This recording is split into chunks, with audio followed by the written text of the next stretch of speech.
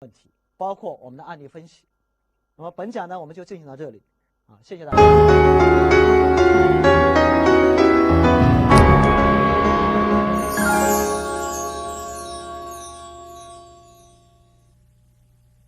Hello, this is Roger Dawson. We're going to have lots of fun in the weeks ahead as I teach you to make more sales at higher prices than you ever thought possible by teaching you how to become a power negotiator. Several years ago, I recorded a tape cassette program called Secrets of Power Negotiating, published by Nightingale Conant in Chicago. To my delight and surprise, it became one of the best-selling tape programs of all time. Because of that, sales managers across the country started calling me to come to their company and teach their salespeople how to use power negotiating to raise their profit margins and close the sale even against lower price competition. From the giants such as IBM, Xerox, and General Foods to the smallest entrepreneurial startup companies, I've had a great time teaching. But what's more important, I've learned a great deal about salespeople, buyers, and the ongoing challenge of making the sale. In those years, salespeople have taught me volumes about the selling profession. They tell me that it's getting tougher out there. I'm sure you'd agree with that, wouldn't you? That buyers have more pressure on them than ever before to get your price down. Here's another thing that they told me, and I think you'll agree with this, that buyers are much better negotiators than they were 5 or 10 years ago. You'd agree with that, wouldn't you? Price pressure has become so great that whereas the slogan 20 years ago was, nothing happens until somebody sells something, we now have to amend that to nothing happens until somebody sells something at a profit. I hate to put it this bluntly, but here's what I think has happened. I think that the companies to whom you sell have figured out that the best and quickest way for them to put money on their bottom line is to take it right off of yours. Think about it for a moment. Your customers have 3 ways to improve their profits. The first way is to sell more, which means going head-to-head with a competitor to improve their market share by taking away some of their competitor's business, or by creating new or different products and carving out a new market for themselves, something that is very risky and expensive to do. The second way is to reduce their operating expenses by firing employees or buying expensive new equipment. The third way is far easier, to do a better job negotiating with you and their other suppliers, to take money right off of your bottom line and put it directly onto theirs. That's what General Motors decided to do when they put Ignacio Lopez in charge of their buying operations.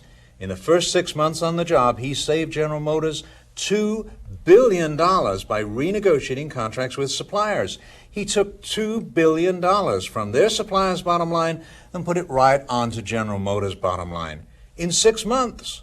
So what's happening is that companies are upgrading the position of buyer.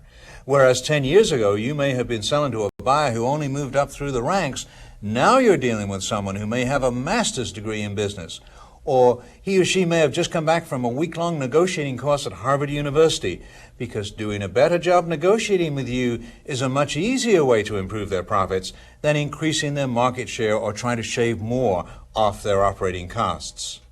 How do you as a salesperson respond to this assault on your company's profits and on your personal income?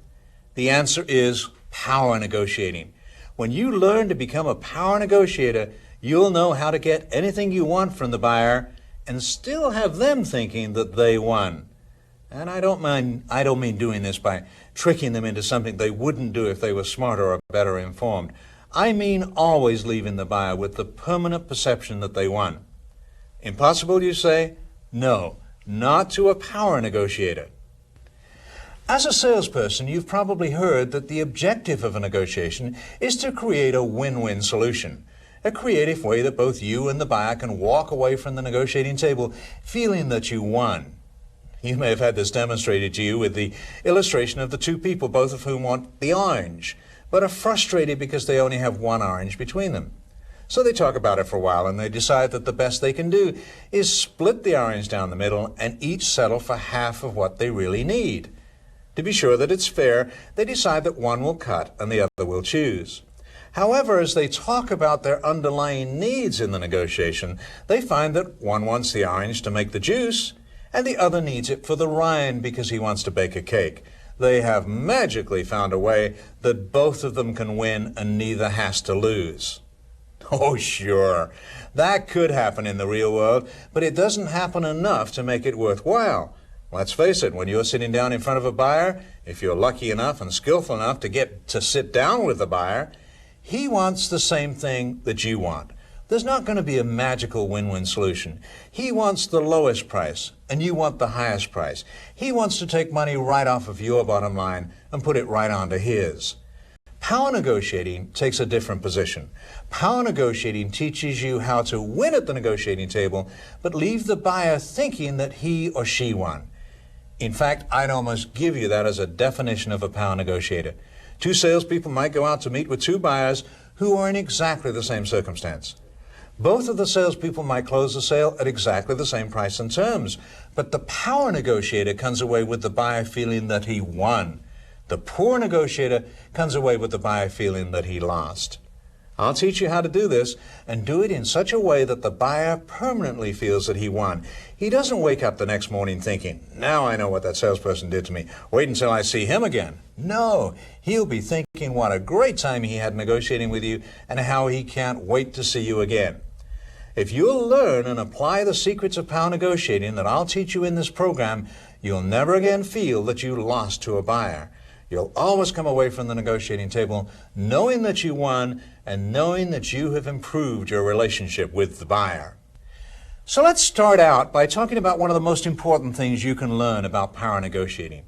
In a later session, I'll talk about my 5 key principles for controlling a negotiation.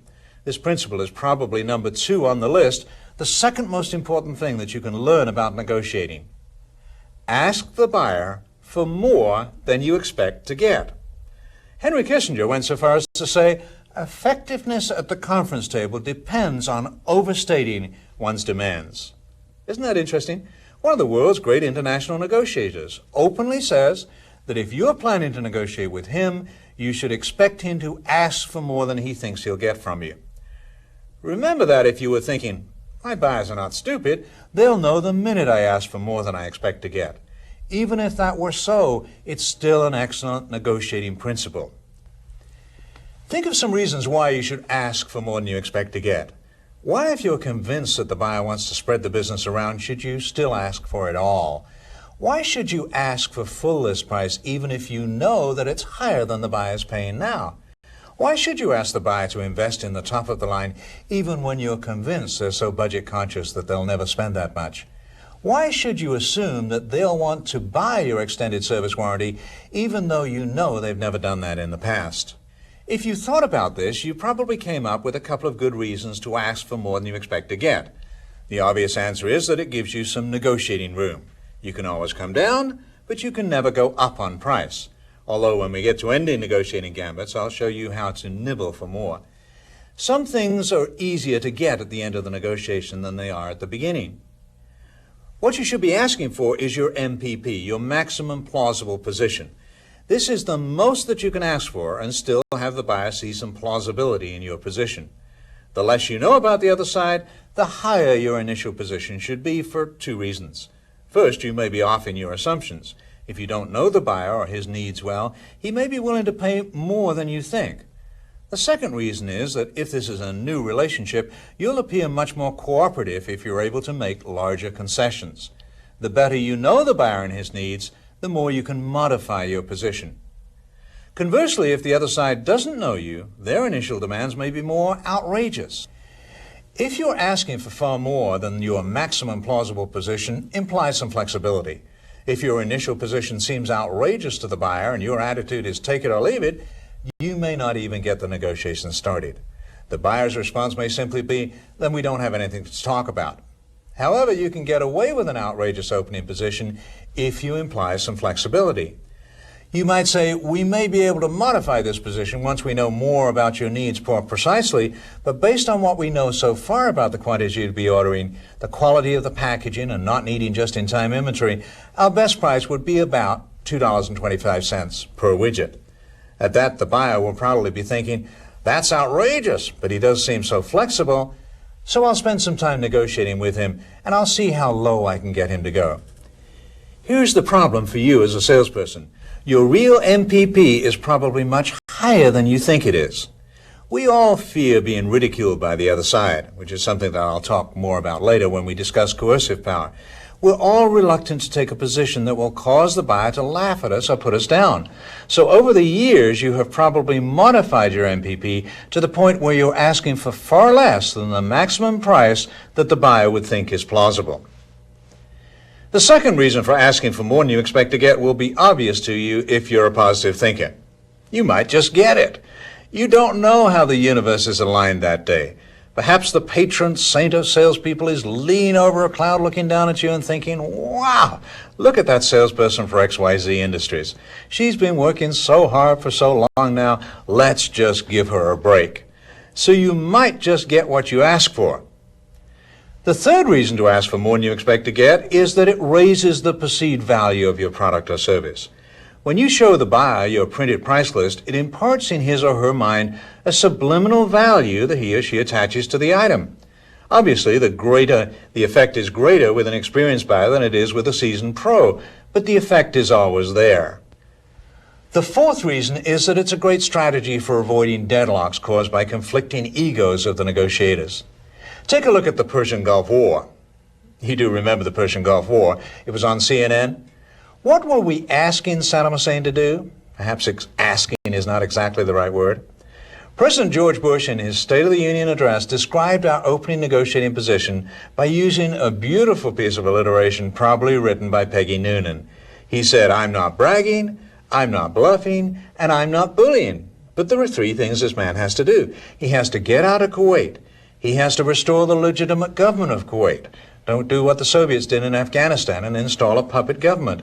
And he has to make reparations for the damage that he's done. That was a very clear and precise opening negotiating position. The problem was that this was also our bottom line. It was also the least for which we would settle. No wonder the situation deadlocked. It had to deadlock because we didn't give Saddam Hussein room to preserve his ego. If we'd have said, okay, we want you and all your cronies exiled, we want a non-Arab neutral government installed in Baghdad, we want UN supervision of the removal of all military capability, in addition, we want you out of Kuwait, the legitimate Kuwaiti government restored, and reparation for the damages that you did, then we could have gotten what we wanted and still let Saddam Hussein salvage his ego. I know what you're thinking. You're thinking, Roger, Saddam Hussein was not on my Christmas card list last year.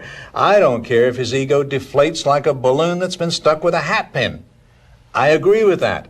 However, it creates a problem in negotiation. It creates deadlocks. From the Persian Gulf scenario, you could draw one of two conclusions. The first, and this is what Ross Perot might say, is that our State Department negotiators are complete blithering idiots. What's the second possibility?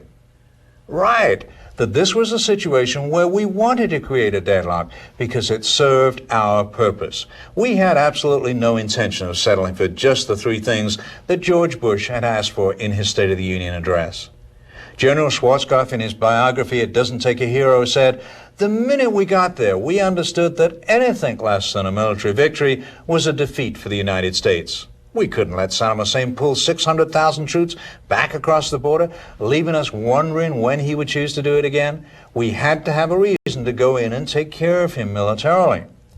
So that was a situation where it served our purpose to create a deadlock. What concerns me is that when you're making a presentation to a buyer, you are inadvertently creating deadlocks because you don't have the courage to ask for more than you expect to get.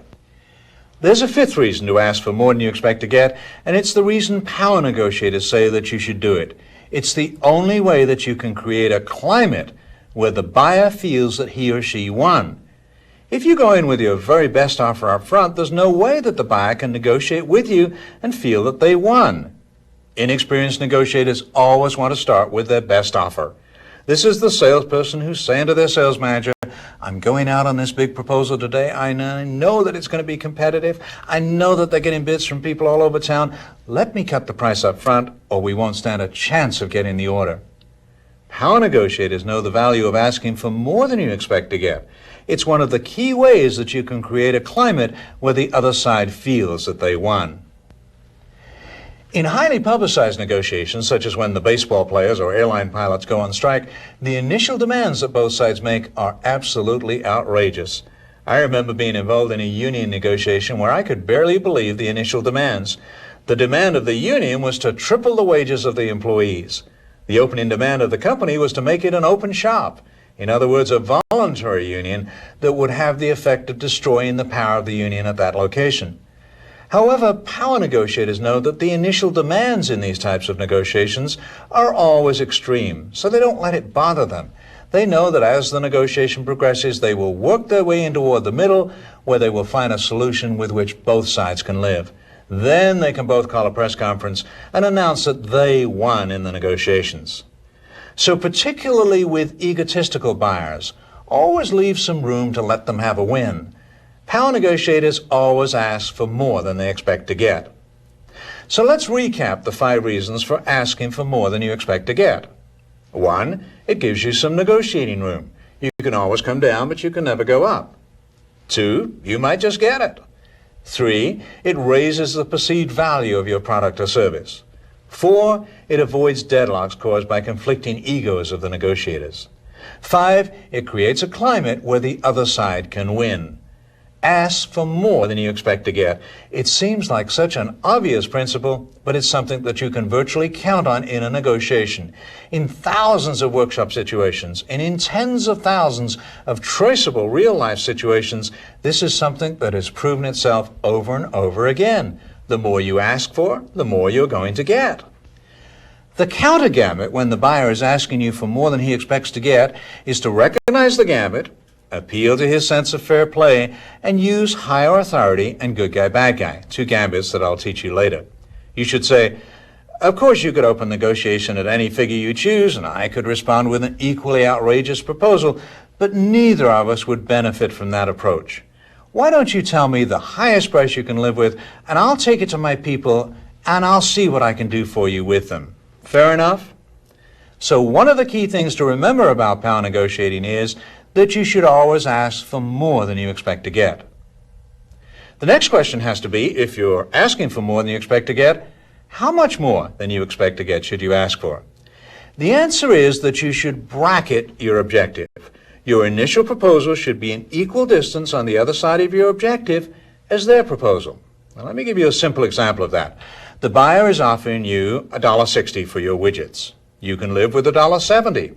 Bracketing tells you that you should have started at $1.80. Then if you end up in the middle, you'll still make your objective. Of course, it's not always true that you'll end up in the middle, but wow, is that a good assumption to make if you don't have anything else on which to go? Assume that you'll end up in the middle, midway between the 2 opening negotiating positions. And if you track that, I think that how often it happens will amaze you. In little things and in big things. In little things. Your son comes to you and he says he needs $20 for a fishing trip he's going to take this weekend. You say, no way, I'm not going to give you $20. Do you realize that when I was your age, I got a 50-cent a week allowance? I had to work for that. I'll give you $10 and not a penny more. Your son says, I can't do it for $10. Now you have established a negotiating range. He's asking for $20, you're willing to pay $10. See how often you end up at $15. In our culture, splitting the difference always seems fair. In big things, in 1982, Treasury Secretary Donald Regan and Federal Reserve Board Chairman Paul Volcker were negotiating the huge payoff of a huge international loan with the government of Mexico. Mexico was about to default on an $82 billion loan. Their chief negotiator was Jesus Herzog, their finance minister. In a creative solution, they agreed to contribute huge amounts of petroleum to our strategic petroleum reserve. However, that didn't settle it all. We proposed to the Mexicans that they pay us a $100 million negotiating fee, which was a politically acceptable way for them to pay us accrued interest. When President Lopez Portillo heard what we were asking for, he went ballistic. He said the equivalent of, you tell Ronald Reagan to drop dead. We're not paying the United States a negotiating fee. Not 1 peso. Nada. So here we have the negotiating range established. We're asking for $100 million. They're offering 0. Guess what they ended up paying us? That's right, $50 million. How much do you think they would have paid us if we'd have asked for $50 million? You got it. Probably $25 million. So often, in little things and in big things, we end up splitting the difference. With bracketing, power negotiators are assured that if that happens, they still get what they want. Bracketing assumes one thing, that you got the other side to state their position first. That principle is in my top 5 also. It's one of the 5 most important issues for you to learn about power negotiating. Get the other side to commit first. Don't let the buyer say to you, you just give us your best price and we'll tell you whether we'll accept it or not. That's a terrible negotiating position for you to be in. It's a wonderful negotiating position for the buyer. That's him saying to you, you make a commitment to us, but we're not going to make any commitment to you at all. That's a wonderful negotiating position for the buyer. It's a terrible negotiating position for you. I now believe that any commitment from the buyer is better than no commitment at all. I think you'd be better off if the buyer was saying to you, I want you to give it to me, than have them saying to you, you just give me your lowest price and I'll tell you if I'll take it or not. If the buyer can get you to state your position first, he can bracket you so that if you end up splitting the difference, as so often happens, the buyer ends up getting what he or she wants. That's an underlying principle of negotiating that I'll get back to later. Get the other side to state their position first. It may not be as bad as you fear, and it's necessary so that you can bracket their proposal. Conversely, don't let the other side trick you into committing first. If the status quo is fine with you and there's no pressure on you to make a move, be bold enough to say to the other side, you're the one who approached me. The way things are satisfies me. If you want to do this, you'll have to make a proposal to me. If Paul McCartney had learned to avoid making the first offer, he'd be even richer today. In the early days of the Beatles, their manager Brian Epstein was negotiating a contract for their first movie. United Artists had planned it as a teenage exploitation movie and budgeted only $300,000. The producer offered Epstein $25,000 and a percentage of the profits. United Artists was willing to pay up to 25% of the profits if the Beatles would agree to the token cash payment. But he was a good enough negotiator to play his hand close to the vest. Without revealing his position, he asked Brian Epstein what he wanted first. Brian was not used to big numbers yet, and furthermore hadn't taken the time to research the industry. He assertively replied that he wouldn't accept a penny less than 7.5%. The movie, A Hard Day's Night, was an international success, and Brian's error of making the first offer cost the Beatles millions. Another benefit to bracketing is that it tells you how big your concessions can be as the negotiation progresses. Let's go back to the widget sales situation. The buyer has told you that he can't go a penny over $1.60. You told the buyer that your company would be losing money at a penny less than $1.80. Your goal is to get to $1.70. The buyer comes up to $1.63. You can move down now to $1.77, and your goal will still be in the middle of the two proposals that are on the negotiating table. In that way, you can move in on your target and know that if the other side offers to split the difference, you can still make your goal. However, don't forget what I told you earlier, that if you go in with a ridiculously high offer, you might scare the buyer off by being too forceful. If you start out by saying our list price on widgets is $1.80, and the only time we ever deviate from that is for carload quantities, you may offend the buyer with such a high price, and he or she won't even start negotiating with you. My advice is to go in high, but imply flexibility in the offer. You might say, our list price is $1.80, but if you're prepared to give me a substantial part of your business, I may be able to do better. What would it take to get a major commitment from you? So rather than go in with the $1.80 offer and imply take it or leave it, you're better off to imply flexibility. Your price may be high, but because you are indicating a willingness to negotiate, the buyer has a tendency to think, it sounds as though we can get him down from that. Why don't I spend some time and see if I can get them down to a lower price than I'm paying now? It's the better way to get the negotiations started. The counter gambit to bracketing is to prevent the buyer from being able to do it to you by getting him to commit to a position first. If you don't state your position first, the buyer can't bracket you. Let's recap the key points about bracketing. 1. Assume that you'll end up midway between the two opening negotiating positions. 2. You can only bracket if you get the buyer to state his or her position first. 3. Continue bracketing as you make concessions.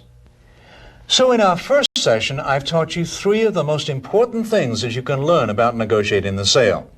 That you should ask for more than you expect to get the buyer to commit to a position before you have to, and bracket your objectives so that if you end up in the middle, you get what you want. In our next session together, I'll teach you how to deal with the buyer who is grinding away on you for a better deal, and I'll also teach you how to deal with the buyer who doesn't appear to want what you're selling.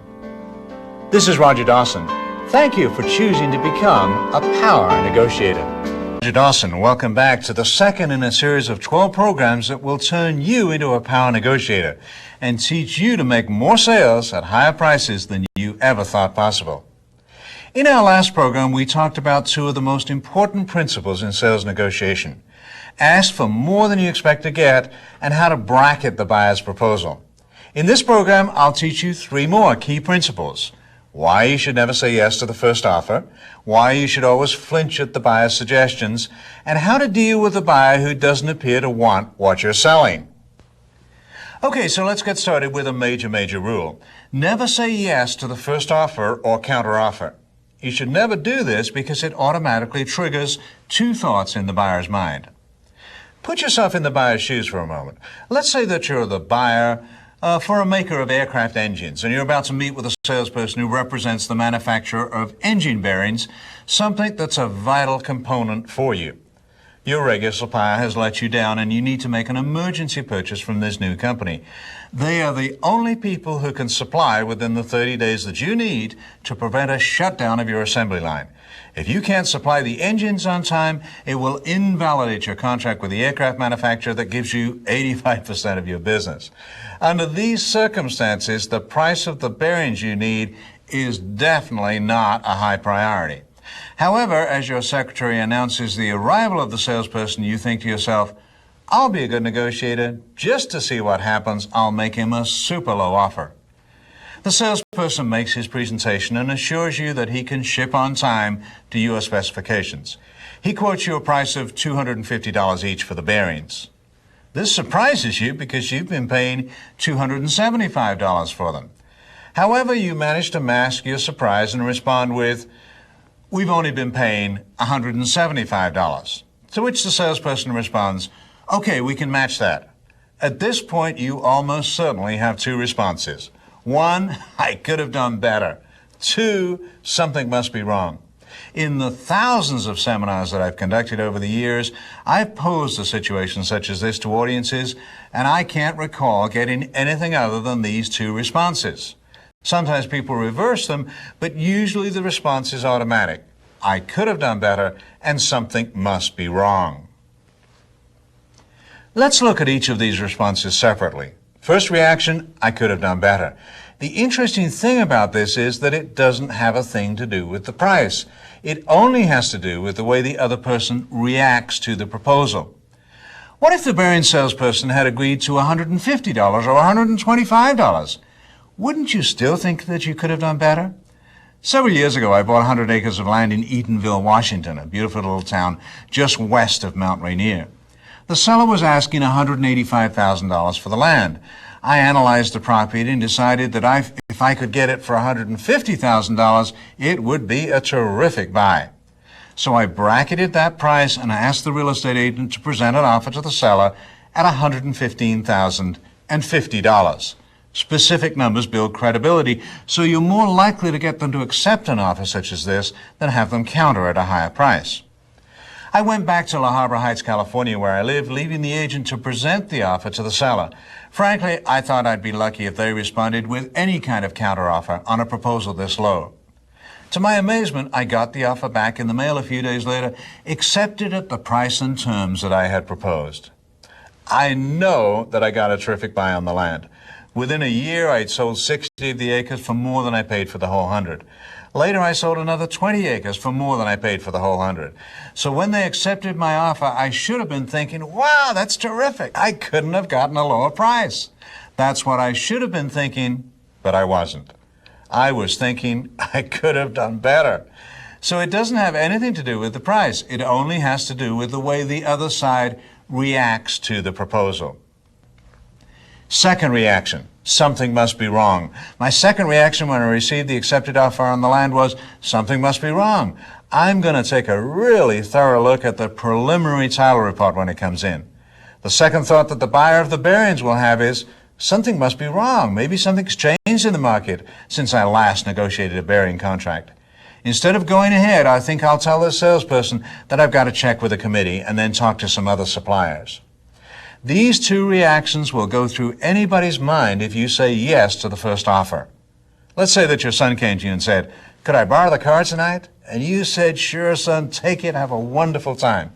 Wouldn't he automatically think, I could have done better. I could have gotten $10 for the movie out of this. And wouldn't he automatically think, what's going on here? How come they want me out of the house? What's going on that I don't understand? Never jumping at the first offer is a very easy negotiating principle to understand, but it's very hard to remember when you're in the thick of a negotiation. You may have formed a mental picture of how you expect the buyer to respond, and that is a dangerous thing to do. Napoleon Bonaparte once said, the unforgivable sin of a commander is to form a picture, to assume that the enemy will act in a certain way in a given situation when his response may be altogether different. So you're expecting him to counter at a ridiculously low figure, and to your surprise, the buyer's proposal is much more reasonable than you expected it to be. So power negotiators are careful that they don't fall into the trap of saying yes too quickly, automatically triggering in the buyer's mind, one, I could have done better, and next time I will. A sophisticated buyer won't tell you that he felt that he lost in the negotiation, but he will tuck it away in the back of his mind thinking, the next time I deal with a salesperson, I'll be a tougher negotiator. I won't leave any money on the table next time. And two, something must be wrong. Turning down the first offer may be tough to do, particularly if you've been calling on the buyer for months, and just as you're about to give up, they come through with a proposal. It will tempt you to grab what you can. When this happens, be a power negotiator. Remember not to say yes too quickly. I used to think that it was a 100% rule that you should never say yes to the first offer until I heard from a real estate office manager in Los Angeles who told me, I was driving down Hollywood Boulevard last night listening to your audio cassette tapes in my car. I stopped at the gas station to use the restroom. When I came back to my car, somebody stuck a gun in my ribs and said, okay, buddy, give me your wallet. Well, I'd just been listening to your tapes. So I said, here's what I'm prepared to do. I'll give you the cash, but let me keep the wallet and the credit cards. Fair enough? And he said, buddy, you didn't listen to me, did you? Give me the wallet. So sometimes you should say yes to the first offer, but it's almost a 100% rule that you shouldn't. The counter gambit to never jumping at the first offer is to protect yourself with higher authority. Always be thinking to yourself, whatever the buyer's counter proposal may be, I can't accept it. I have to take it to my committee. These are the key points to remember. 1, never say yes to the first offer or counteroffer from the buyer. It automatically triggers two thoughts. I could have done better, and next time I will, and something must be wrong. 2, the biggest danger is when you've formed a mental picture of how the buyer will respond to your proposal, and he comes back much higher than you expected. Prepare for this possibility so that it won't catch you off guard. The next gambit I want to teach you will sound like the silliest when I first tell you about it. But don't let its simplicity fool you. It's very powerful. I get more people call my office or come up to me at seminars to tell me about their success with this than any gambit I teach. It's called flinching. Power negotiators know that you should always flinch, which means to react with shock and surprise at the buyer's proposals. Let's say that you're in a resort area and start to watch one of those charcoal sketch artists. He doesn't have the price posted and he has the shield sitting on the stool. You ask him how much he charges and he tells you $15. If that doesn't appear to shock you, his next words will be, and $5 extra for color. If you still don't appear to be shocked, he'll say, and we have these shipping cartons here, you'll need one of these too. As opposed to, with a flinch, how much is the sketch? $15. $15! That's a lot of money. He says, well, I'll tell you what I do. I'll normally charge $5 extra for the color, but for you, I'll throw it into no extra charge. That's still a lot of money, you say. He says, well, come here. I have never, ever done this before, but you are such a nice person. I'll not only throw in the color, I'll give you one of these shipping cartons too. See the difference? Perhaps you know someone who would never flinch like that because it's beneath their dignity. The kind of person who would walk into a store and would say to the clerk, "How much is the coat in the window?" The clerk would respond, $2,000. "That's not bad," they'll say. "I would be having a heart attack in the background." I know it sounds dumb, and I know it sounds ridiculous, but the truth of the matter is that when the buyers make a proposal to you, they are watching for your reaction. They may not think for a moment that you'll agree to their request. They've just thrown it out to see what your reaction will be. For example, you sell computers, and the buyer asks you to include an extended warranty. You sell cars, and the buyer asks you to include free floor mats and a tank of gas. You sell contractor supplies, and the buyer asks you to deliver it to the job site at no extra charge. You sell fax machines, and the buyer asks you to include a year's supply of paper. In each of these situations, the buyer may not have thought for a moment that you would go along with his request. But if you don't flinch, he or she will automatically think, maybe I will get them to go along with that. I didn't think they would, but I think I'll be a tough negotiator and see how far I can get them to go. It's very interesting to observe a negotiation when you know what both sides are thinking. Wouldn't that be fascinating for you? Wouldn't you love to know what's going on in the buyer's mind when you're negotiating with him? When I conduct my 1 or 2 day Secrets of Power negotiating seminars, we break up into groups and do some negotiating to practice the principles that I teach. I create a workshop and customize it to the industry in which the participants are involved. If they're medical equipment salespeople, they may find themselves negotiating the sale of laser surgery equipment to a hospital. If they're printing salespeople, the workshop may involve the acquisition of a smaller printing company in an outlying town. I break the audience up into buyers, sellers, and referees.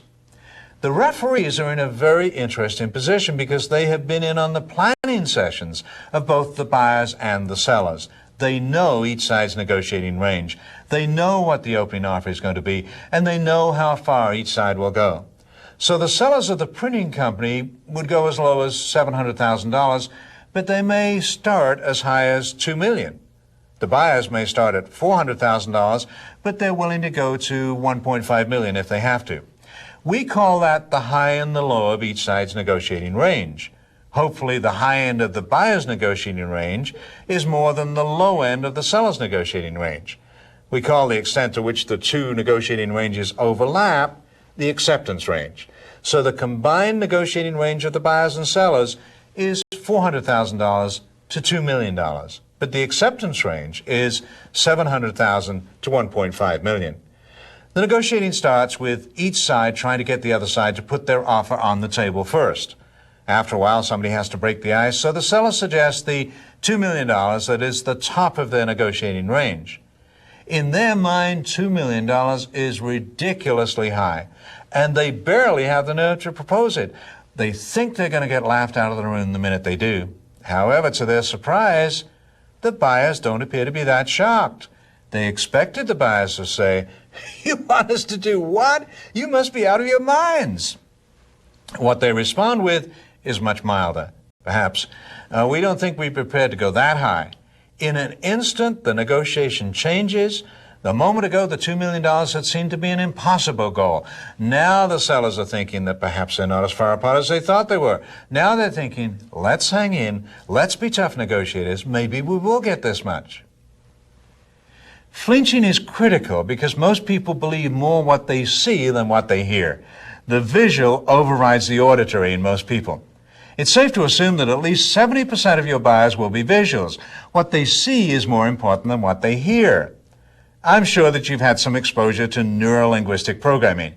You know that people are either visual, auditory, or kinesthetic. What they feel is paramount. There are a few gustatory, taste, and olfactory smell people out there, but not many, and they're chefs or perfume makers, not buyers. If you'd like to know what you are, close your eyes for 10 seconds. Wait a minute, you're not closing your eyes. Is that because you've had a problem with an Englishman in the past? That's why they say the sun never sets on the British Empire, because even God wouldn't trust an Englishman in the dark. Go ahead, close your eyes and think of the house in which you lived when you were 10 years old. You probably saw the house in your mind, so you're a visual. Perhaps you didn't get a good visual picture, but you heard what was going on, perhaps trains passing by or children playing. That means you're auditory. Some auditories are very auditory. Neil Berman is a psychotherapist friend of mine in Santa Fe, New Mexico. He can remember every conversation he's ever had with a patient, but if he meets them in the supermarket, he doesn't remember them. The minute they say good morning to him, he thinks, oh yes, that's the bipolar personality with antisocial tendencies. The third possibility is that you didn't so much see or hear, but you just got a feeling for what it was like when you were 10. That makes you a kinesthetic. Assume that people are visual unless you have something else to go on. That's the importance of flinching in response to a proposal from the buyer. Don't dismiss flinching as childish or too theatrical until you've had a chance to see how effective it can be. The effectiveness of flinching always surprises my students when they first use it. A woman told me that she flinched when selecting a bottle of wine in one of Boston's finest restaurants, and the wine steward immediately dropped the price by $5. A man told me that a simple flinch caused a salesperson to take $2,000 off the price of a Corvette. A speaker friend of mine attended my seminar in Orange County, California, and decided to see if he could use it to get his speaking fees up. At the time, he was just getting started and was charging $1,500. He went to a company and proposed that they hire him to do some in-house training. The training director said, "We might be interested in having you work for us, but the most we can pay you is $1,500. In the past, he would have said, "That's what I charge." But now he gasped in surprise and said, $1,500? I can't afford to do it for $1,500. The training director frowned thoughtfully and said, "Well, the most we've ever offered any speaker is $2,500, so that's the very best we can do." That meant $1,000 of additional profit line dollars per speech to my friend, and it only took him 15 seconds to do it. Not bad pay. The counter gambit to the flinch is to smile and recognize the gambit. That was a terrific flinch. Where did you learn how to do that? If he tells you that it was from watching this program, you'll have a lot in common, won't you? These are the key points to remember. 1, flinch in reaction to a proposal from the buyer. They may not expect to get what they're asking for, and if you don't show surprise, you're communicating that it's a possibility. 2, a concession often follows a flinch. If you don't flinch, it makes the buyer a tougher negotiator. 3, assume that the buyer is visual unless you have something else to go on. 4, even if you're not face-to-face with the buyer, you can still gasp in shock and surprise because phone flinches can also be very effective. Now let me teach you how to play reluctant seller and defend yourself against the reluctant buyer. Imagine for a moment that you own a sailboat and you're desperate to sell it. It was fun when you first got it, but now you hardly ever use it, and the maintenance and slip fees are eating you alive. It's early Sunday morning, and you've given up the chance to play golf with your buddies because you need to be down at the marina cleaning your boat. You're scrubbing away and cursing your stupidity for even having bought the boat. Just as you're thinking, I'm going to give this turkey away to the next person who comes along, you look up and see an expensively dressed, silver-haired man with a young girl on his arm coming down the dock. He's wearing Gucci loafers, white slacks, and a blue Burberry's blazer topped off with a silk cravat. His young girlfriend is wearing high heels, a silk sheath dress, big sunglasses, and huge diamond earrings. They stop at your boat, and the man says, "That's a fine-looking boat, young man. By any chance, is it for sale?" His girlfriend snuggles out to him and says, "Oh, let's buy it, Poopsie. We'll have so much fun." You feel your heart starting to burst with joy, and your mind is singing, "Thank you, Jesus, thank you, Jesus." Expressing that sentiment is not going to get you the best price for your boat, is it? How are you going to get the best price? By playing reluctant seller. You keep on scrubbing and say, "You're welcome to come on board, although I hadn't thought of selling the boat." You give them a tour of the boat, and at every step of the way you tell them how much you love the boat and how much fun you have sailing her. Finally, you tell them, "I can see how perfect this boat would be for you and how much fun you'd have with it, but I really don't think that I could ever bear to part with it. However, just to be fair to you, what is the very best price you would give me?" Power negotiators know that this reluctant seller technique squeezes the negotiating range before the negotiation even starts.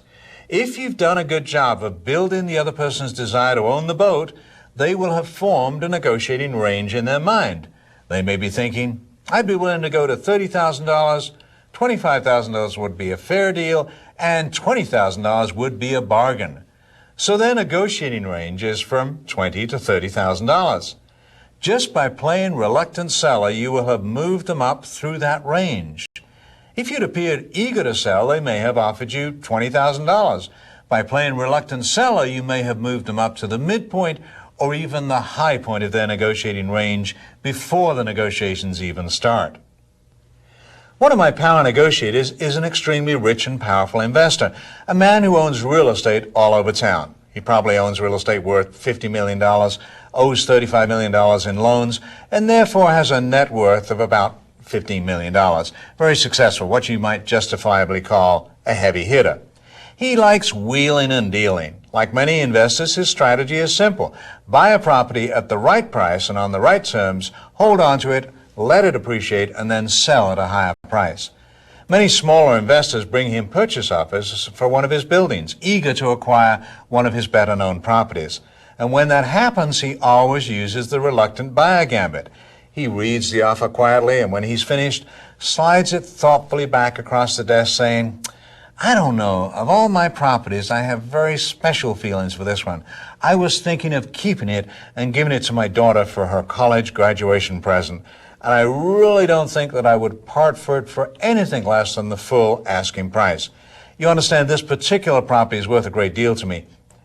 But look, it was good of you to bring an offer for me, and in all fairness, so that you won't have wasted your time, what is the very best price you would give me? Many times I saw him make thousands of dollars in just a few seconds using the reluctant seller philosophy. Power negotiators always try to edge up the other side's negotiating range before the real negotiating ever begins. So power negotiators always play reluctant seller when they're selling. It squeezes the negotiating range before the negotiation even starts. Now let's turn this around and consider the reluctant buyer. Put yourself on the other side of the desk for a moment. If you were the purchasing agent, how would you get a salesperson to give you the lowest possible price?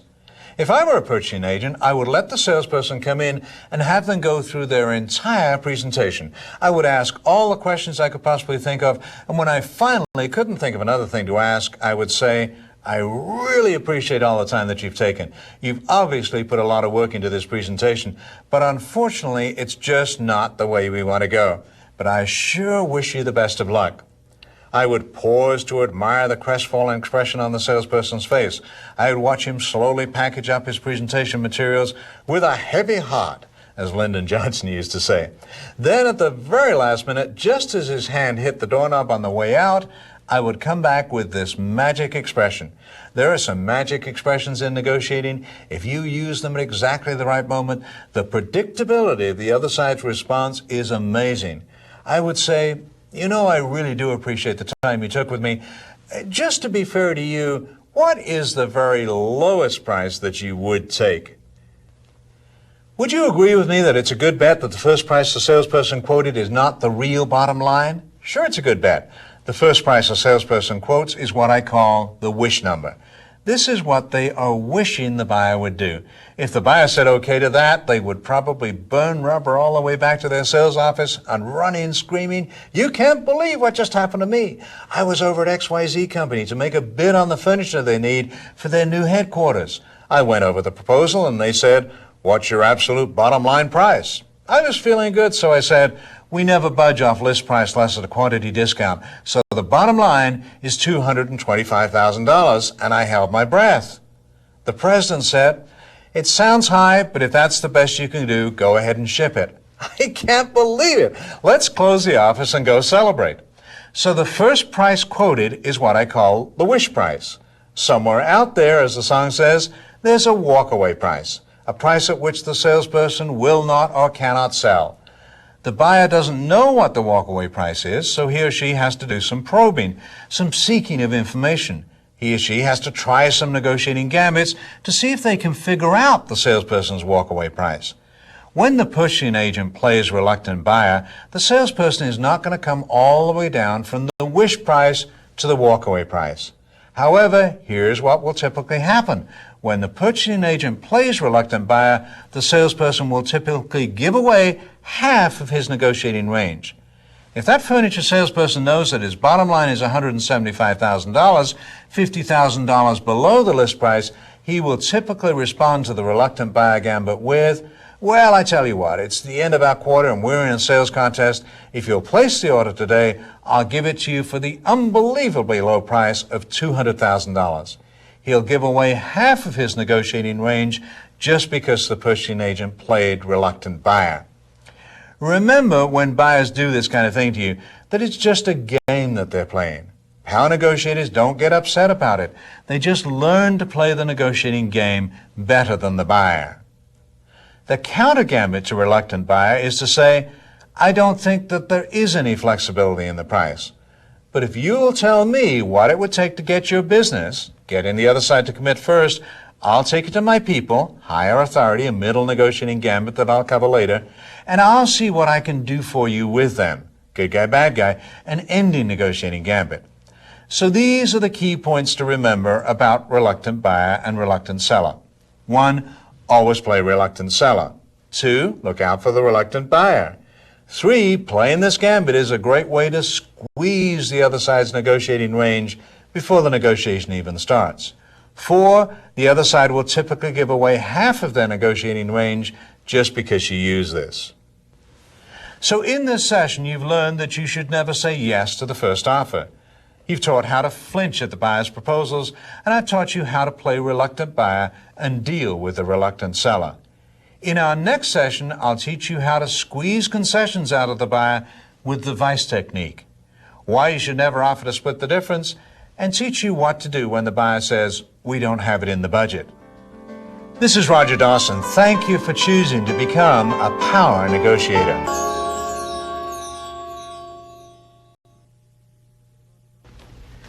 This is Roger Dawson. Welcome back to the third in a series of 12 programs that will turn you into a power negotiator and teach you to make more sales at higher prices than you ever thought possible.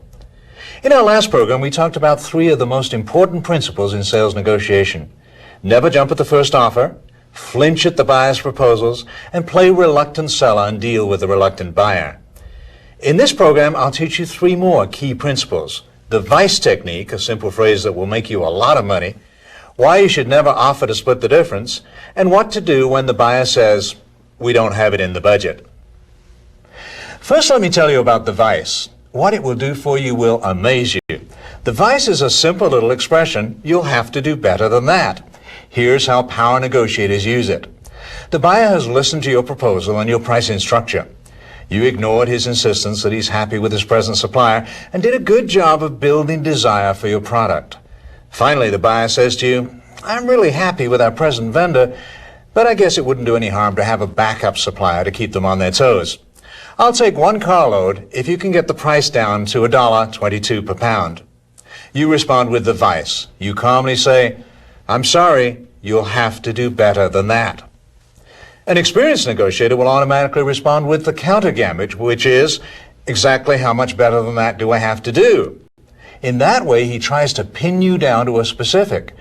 However, it will amaze you how often inexperienced negotiators will concede a big chunk of their negotiating range simply because you did that. Once you've said, you'll have to do better than that, what's the next thing that you should do? You've got it. Shut up! Don't say another word. The buyer may just make a concession to you. Sales trainers call this the silent close, don't they? I'm sure that somebody taught you the silent close the first week that you were in the business. You made your proposal and then shut up. The buyer may just say yes, so it's foolish to say a word until you find out if he or she will accept your proposal. I once watched 2 salespeople do the silent close on each other. There were 3 of us sitting at this circular conference table. The salesman on my right wanted to buy a piece of real estate from the salesman on my left. He made his proposal and then shut up, just as they taught him in sales training school. The more experienced salesperson on my left must have thought, son of a gun, I can't believe this. He's going to try the silent close on moi? I'll teach him a lesson. I won't talk either. So there I was, faced with 2 strong-willed people who were both sitting there, daring the other to be the next one to talk. I didn't know how this was ever going to get resolved. There was a dead silence in the room except for the grandfather clock ticking away in the background.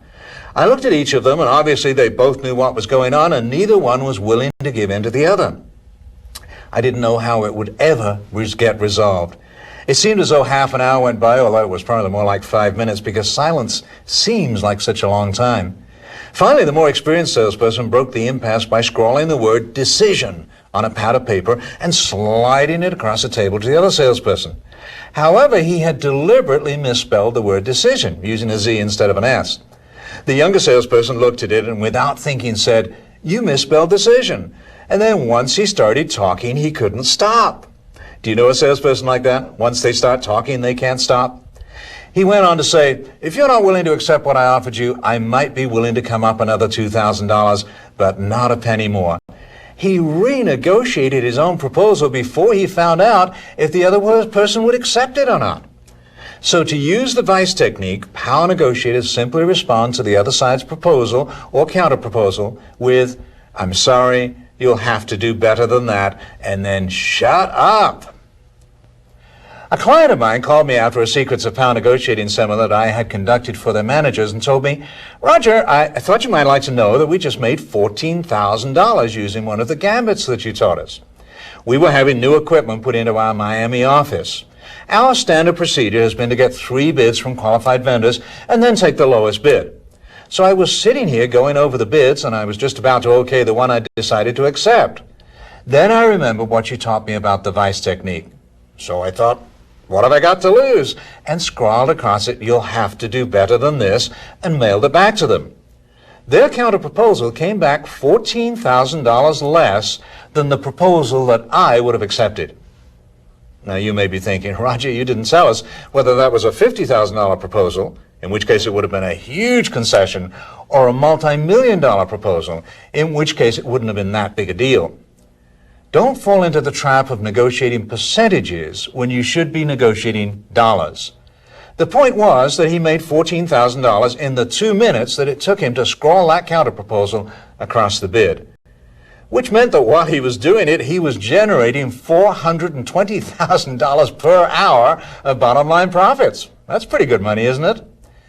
This is another trap into which attorneys fall. When I work with attorneys, it's very clear that if they're negotiating a $50,000 lawsuit, they might send a letter back and forth over $5,000. If it's a $1 million lawsuit, they'll kick $50,000 around as though it doesn't mean a thing, because they're mentally negotiating percentages, not dollars. If you make a $2,000 concession to a buyer, it doesn't matter if you made it to get a $10,000 sale or a $1 million sale. It's still $2,000 that you gave away. So it doesn't make any sense for you to come back to your sales manager and say, "I had to make a $2,000 concession, but it's a $100,000 sale." What you should have been thinking was, there was $2,000 sitting in the middle of the negotiating table. How much more time should I be willing to spend to see how much more of it I could get? Have a feel for what your time's worth. Don't spend half an hour negotiating a $10 item unless you're just doing it for the practice. Even if you got them to concede all of the $10, you'd only be making money at the rate of $20 an hour for the half hour that you invested in the negotiation. To put this in perspective for you, if you make $100,000 a year, you're making about $50 an hour. So you should be thinking to yourself, is what I'm doing right now generating more than $50 an hour? If so, it's part of the solution. If you're aimlessly chatting with someone at the water cooler or straightening up your desk or anything else that is not generating $50 an hour, it's part of the problem. Here's the point. When you're negotiating with a buyer, when you have a deal in front of you that you could sell to your sales manager, but you're wondering if you could hang in a little bit longer and do a little bit better, you're not making $50 an hour. No, sir, no, ma'am. You're making $50 a minute, probably $50 a second. And if that's not enough, remember that a negotiated dollar is a bottom line dollar. It's not a gross sales dollar. So the $2,000 that you may have conceded in seconds because you thought it was the only way you could make the sale is worth many times that in gross sales dollars. I've trained executives at discount retailers and health maintenance organizations, HMOs, where the profit margin is only 2%. They do $1 billion worth of business a year, but they only bring in 2% in bottom line profits. So at their company, a $2,000 concession at the negotiating table has the same impact on the bottom line as getting a $100,000 sale. You're probably in an industry that does better than that. I've trained people at some companies where the bottom line is an incredible 25% of the gross sales, but that's the exception. In this country, the average profit margin is 5% of gross sales. So probably that $2,000 concession you made is the equivalent of making a $40,000 sale. So let me ask you something.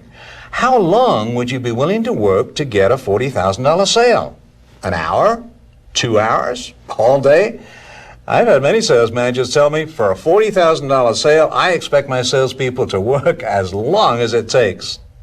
However fast-paced your business, you're probably willing to spend several hours to make a $40,000 sale. So why are you so willing to make a $2,000 concession at the negotiating table? It has the same impact on the bottom line as a $40,000 sale if your business generates the typical 5% bottom line profit.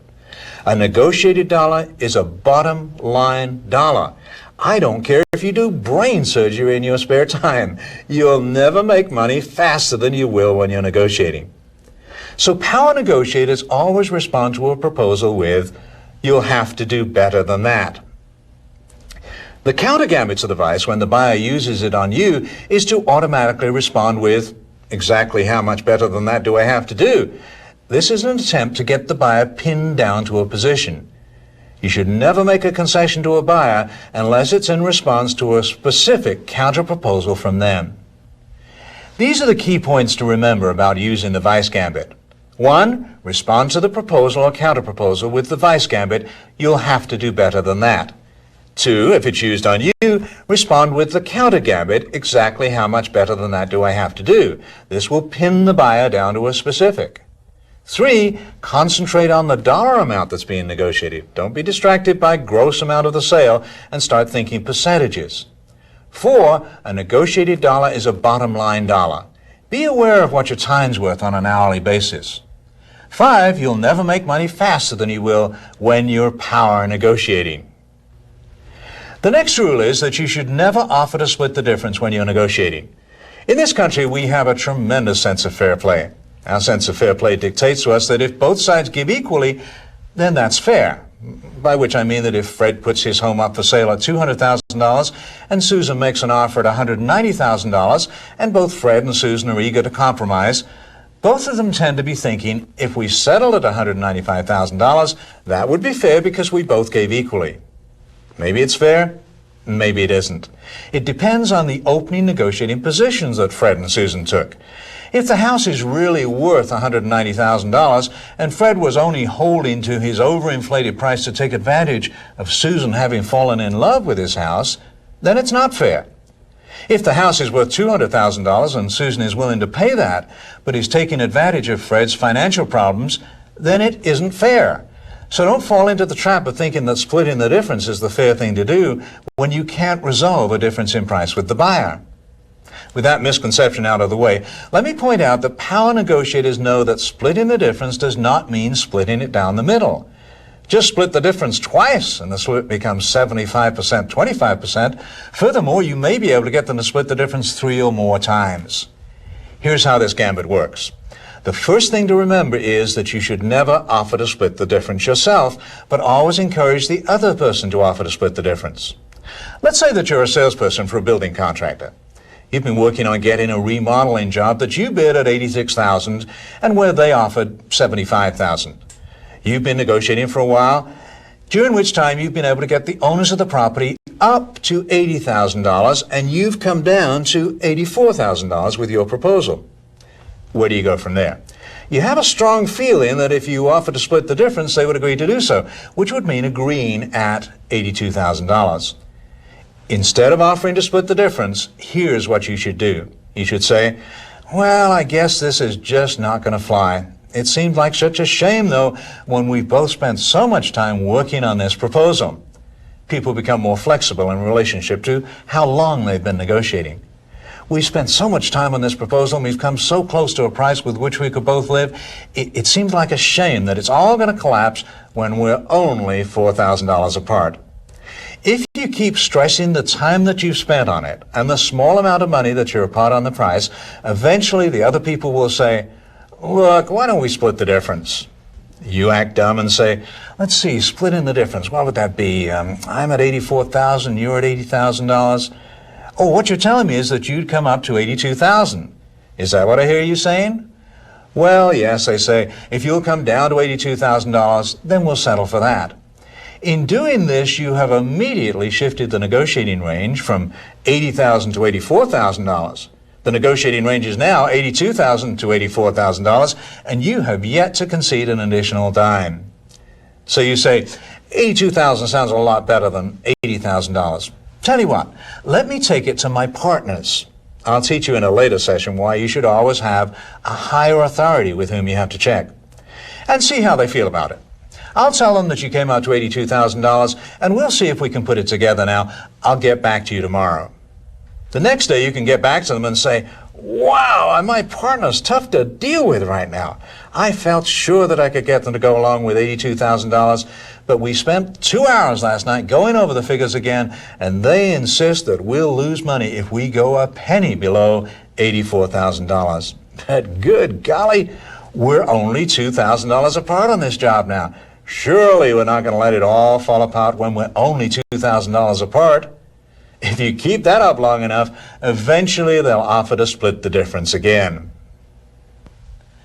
If you're able to get them to split the difference again, this gambit has made you an extra $1,000 of bottom line profit. However, even if you can't get them to split the difference again, and you end up at the same $82,000 that you would have done if you had offered to split the difference, something very significant has happened here. What was the significant thing that happened? Right. They think they won because you got them to propose splitting the difference at $82,000. Then you got your partners to reluctantly agree to a proposal that they had made.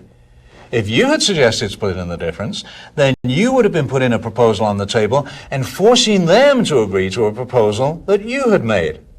That may seem like a very subtle thing to you, but it can dramatically affect who felt they won and who felt they lost. Remember, the essence of power negotiating is to always leave the other side thinking that they won. So the rule is never offer to split the difference, but always encourage the other person to offer to split the difference. The counter gambit when the buyer tries to get you to split the difference is to use higher authority and good guy, bad guy. It seems reasonable to me, but I don't have the authority. If you'll propose it, I'll take it to my people and I'll see if I can get them to accept it.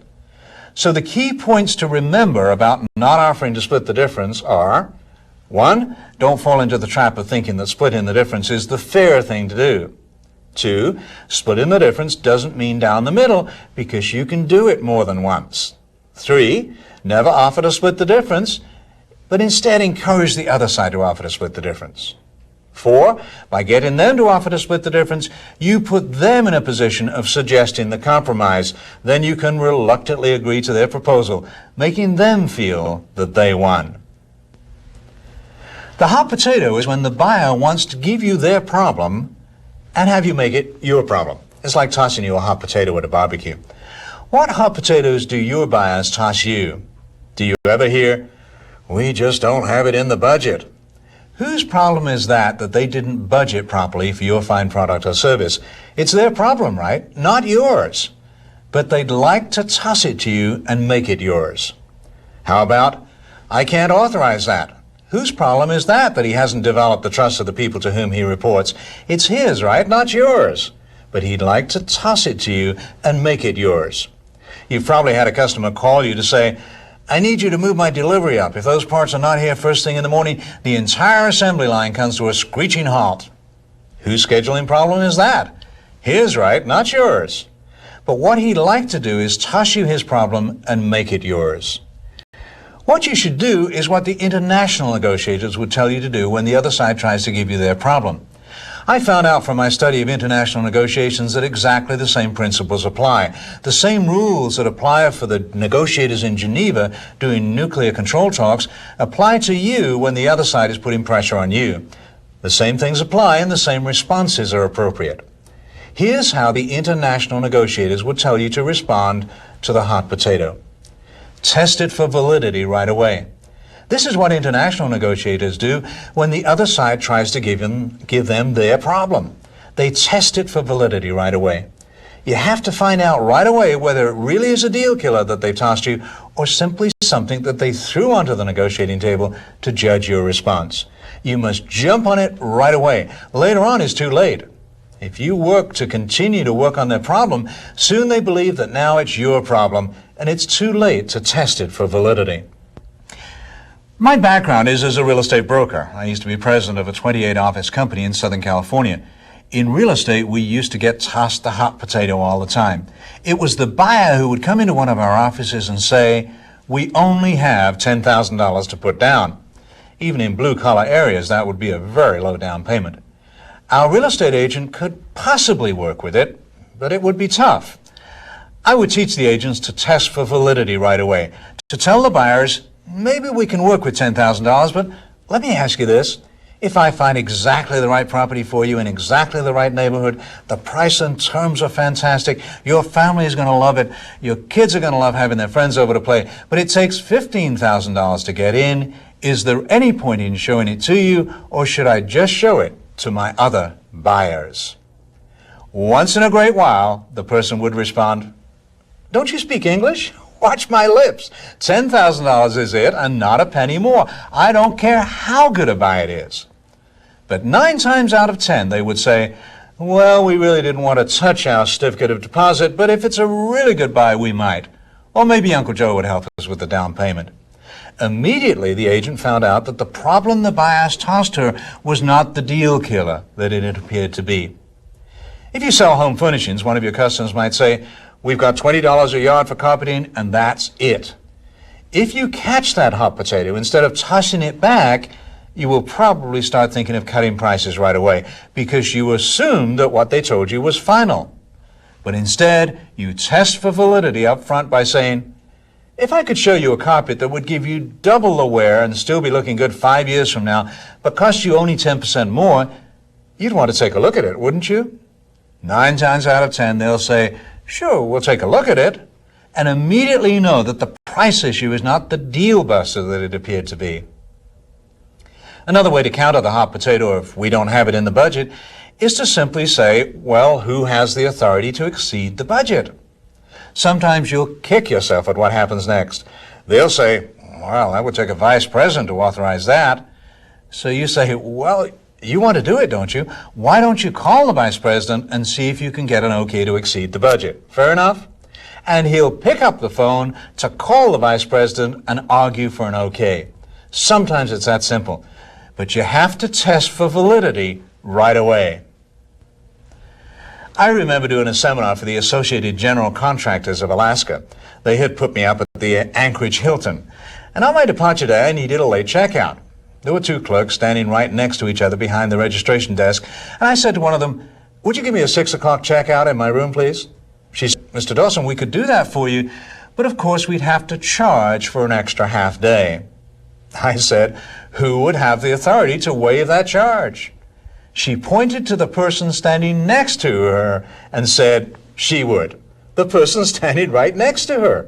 So I leaned over and said to the other person, "How would you feel about that?" She said, "Oh, sure, that would be fine. Go ahead." Another way to handle the "we don't have it in the budget" hot potato is to ask them when their budget year ends. I trained the 80 salespeople at one of the top health maintenance organizations in California. A few weeks before the meeting, the training director called me and suggested we have dinner together so that she could fill me in on how the company operates. Since I figured that she was going to pay for dinner, I picked the top French restaurant in Orange County and we had a great dinner. As I was serving dessert, I said, "You know what you should do? You should invest in a set of my cassette tapes for each of your salespeople so that they have the advantage of a continuing learning process." As I said that, I was mentally computing that 80 salespeople at $65 per set of tapes would be another $5,200 income on top of the speaking fee to which they'd already agreed. She thought about it and said, "Roger, that would probably be a good idea, but we just don't have it in the budget." I need to make a confession here. I'm very ashamed of what I thought next, but I want to share it with you because it may help you if you've ever had the same shameful thought. I thought, I wonder if I cut the price, if she would say yes. Isn't that a shameful thought? She hadn't said a thing about the tapes costing too much. She hadn't told me that she might be tempted if I lowered my price. She had simply told me that she didn't have it in the budget. Fortunately, I caught myself in time, and instead, I did what I teach, which is to test for validity. I asked, when does your budget year end? Now, this was August, and I thought that she would tell me December 31st. To my surprise, she said, at the end of September. So you would have it in the budget on October the 1st? Well, yes, I suppose that we would. Then no problem. I'll ship you the tapes and bill you on October the 1st. Fair enough? That would be fine, she told me. In less than 30 seconds, I had made a $5,200 sale because I knew that when she tossed me what was essentially her problem, I should test for validity. So look out for people giving you their problems. You have enough of your own, don't you?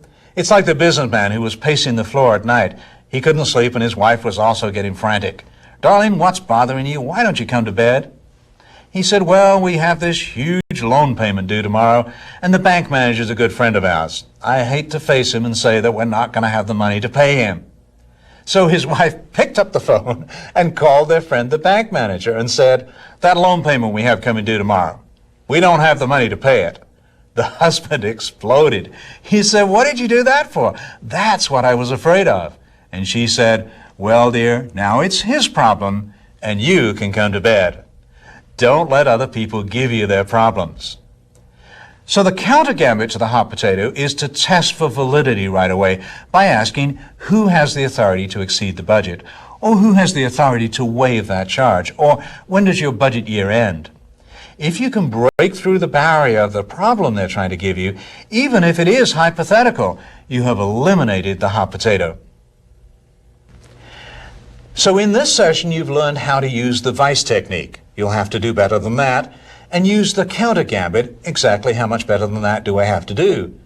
You've learned why you should never offer to split the difference, and what to do when the buyer tries to give you his problem, such as, we don't have it in the budget. In our next session, I'll teach you why the value of the service you perform always seems to go downhill.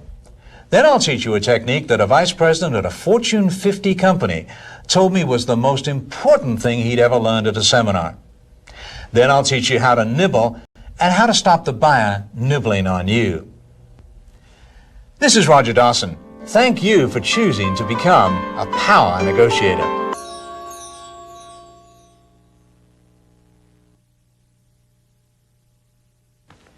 This is Roger Dawson. Welcome back to the fourth in a series of 12 programs that will turn you into a power negotiator and teach you to make more sales at higher prices than you ever thought possible. In our last program, you learned how to use the vice technique. You'll have to do better than that. And use the counter gambit. Exactly how much better than that do I have to do? You've learned why you should never offer to split the difference and what to do when the buyer tries to give you his problems, such as, we don't have it in the budget. In this program, I'll teach you 3 more key principles. First, why the value of the service you perform always seems to go downhill. Then I'll teach you a technique that a vice president at a Fortune 50 company told me was the most important thing he'd ever learned at a seminar. Then I'll teach you how to nibble and how to stop the buyer nibbling on you. First, let me tell you about the principle of the declining value of services. It teaches you something that you can count on in dealing with buyers, that any concession you make to them will quickly lose its value. The value of any material object you buy may go up in value over the years, but the value of services always appears to decline rapidly after you have performed those services. For this reason, power negotiators know that any time you make a concession to the buyer in a negotiation, you should ask for a reciprocal concession right away, because the favor that you did the buyer now loses value very quickly. 2 hours from now, the value of it will have diminished substantially. Real estate salespeople are very familiar with the principle of the declining value of services. When the seller of a property has a problem with it and the real estate salesperson offers to solve that problem for a 6% listing fee, it doesn't sound like an enormous amount of money. However, the minute that she has performed the service by finding the buyer, then suddenly that 6% starts to sound like a tremendous amount of money. 6%? That's $12,000, the seller is saying. For what? What did she do? All she did was put it in the multiple listing service. She did much more than that to market the property and negotiate the contract, but remember the principle. The value of a service always appears to diminish rapidly once you have performed that service. I'm sure that you've experienced that, haven't you? A buyer with whom you do a small amount of business has called you. They're in a state of panic because the supplier from whom they get the bulk of their business has let them down on a shipment. Now their entire assembly line has to shut down tomorrow unless you can work miracles and get a shipment to them first thing in the morning. Sound familiar? So you work all day and through the night, rescheduling shipments all over the place. Against all odds, you're able to get a shipment there just in time for the assembly line to keep operating. You even show up at the buyer's plant and personally supervise the unloading of the shipment. And the buyer loves you for it. He or she comes down to the dock where you are triumphantly wiping the dirt off your hands and says, "I can't believe you were able to do that for me. This is unbelievable service. You are absolutely incredible. Love you, love you, love you." So you say, "Happy to do it for you, Joe. That's the kind of service we can give when we have to. Don't you think it's time we looked at my company being your sole supplier?" He replies, "That does sound good, but I don't have time to talk about it now because I've got to get over to the assembly line and be sure that it is running smoothly. Come to my office Monday morning at 10 o'clock and we'll go over it. Better yet, come by at noon and I'll buy you lunch. I really appreciate what you did for me. You are fantastic. Love you, love you, love you." So all weekend long you think to yourself, "Boy, do I have this one made. Does he owe me?" However, Monday rolls around and negotiating with the buyer is just as hard as ever. What went wrong? The declining value of services came into play. The value of a service always appears to decline rapidly after you have performed the service. It tells you that if you make a concession during a negotiation, get a reciprocal concession right away. Don't wait. Don't be sitting there thinking that because you did them a favor, they owe you and that they will make it up to you later. With all the goodwill in the world, the value of what you did goes down rapidly in their mind. For the same reason, consultants know that they should always negotiate their fee up front, not afterward. Plumbers know that, don't they? They know that the time to negotiate with you is before they do the work, not after. I had a plumber out to the house. After looking at the problem, he slowly shook his head and said, "Mr. Dawson, I know what the problem is, and I can fix it for you. It'll cost you $150. I said, "Fine, go ahead." You know how long it took him to do the work? 5 minutes. I said, "No, wait a minute. You're going to charge me $150 for 5 minutes work? I'm a nationally known speaker, and I don't make that kind of money." He replied, "I didn't make that kind of money either when I was a nationally known speaker." Let's review the key points to remember about the declining value of services. 1, the value of a material object may go up, but the value of services always appears to go down. 2, don't make a concession and trust that the other side will make it up to you later. 3, if you sell your services, negotiate your fee before you do the work. Now let's talk about a gambit that will probably make you thousands of dollars a year once you start using it, maybe tens of thousands of dollars a year. The trade-off gambit tells you that any time the buyer asks you for a concession in the negotiations, you should automatically ask for something in return. Let's say that you sell forklifts and you've sold a large order to a warehouse-style hardware store. They've requested delivery on August the 15th, 30 days ahead of their grand opening. Then the operations manager for the chain calls you and says, "We're running ahead of schedule on the store construction. We're thinking of moving up the store opening to take in the Labor Day weekend. Is there any way you could move up the delivery of those forklifts to next Wednesday?" Now you may be thinking, "That's great. They're sitting in our local warehouse ready to go, so I'd much rather move up the shipment and get paid sooner." "We'll deliver them tomorrow if you want them." Even though your initial inclination is to say, "That's fine," I still want you to use the trade-off gambit. I want you to say, "Quite frankly, I don't know whether we can get them there that soon. I'll have to check with my scheduling people," note the use of a vague higher authority, "and see what they say about it. But let me ask you this, if we can do that for you, what can you do for us?" One or all of 3 things is going to happen. Number 1, you might just get something. They may just have been thinking, boy, we got a problem here. What can we give them as an incentive to get them to move this shipment up? So they may just concede something to you. They may just say, I'll tell accounting to cut the check for you today, or take care of this for me and I'll use you again for the store that we're opening in Chicago in December. 2, by asking for something in return, you've elevated the value of the concession. When you're negotiating, why just give anything away? Always make a big deal out of it. You may need that later on.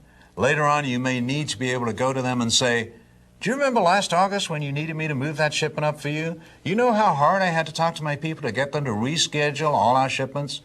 We did that for you, so don't make me wait for our money. Cut me the check today, won't you? When you elevate the value of the concession, you set it up for a trade-off later on. 3, it stops the grinding away process. This is the key reason why you should always use the trade-off gambit. If they know that every time they ask you for something, you're going to ask for something in return, then it stops them constantly coming back for more.